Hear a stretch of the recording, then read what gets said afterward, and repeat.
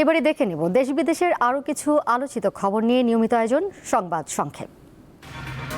কনের বাড়িতে রঙিন প্যান্ডেল, রান্না শেষে বরযাত্রী আপ্যায়নের প্রস্তুতিও শেষ, কিন্তু বর এলো না। কনের পরিবারের অভিযোগ, বিয়ের আগে ৮ লাখ টাকা যৌতুক দাবি করে বরপক্ষ।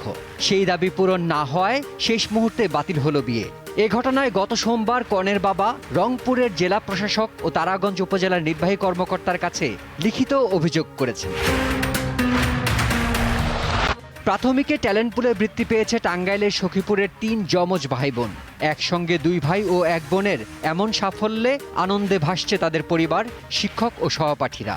যমজ 3 ভাই বোন হলো ফাতেমা আক্তার শেমি, আনাস আল মামুন ও আরাফাত আল মামুন। তারা সখীপুর পৌরসভার উত্তরা মোড় এলাকার বাসিন্দা শামীম ও আরজিনা আক্তার দম্পতির সন্তান। বাংলাদেশে উৎপাদিত পাটের গুণমান ভারতের চেয়ে অনেক উন্নত বলে মন্তব্য করেছেন খোদ দেশটির কেন্দ্রীয় কৃষিমন্ত্রী শিবরাজ সিং চৌহান।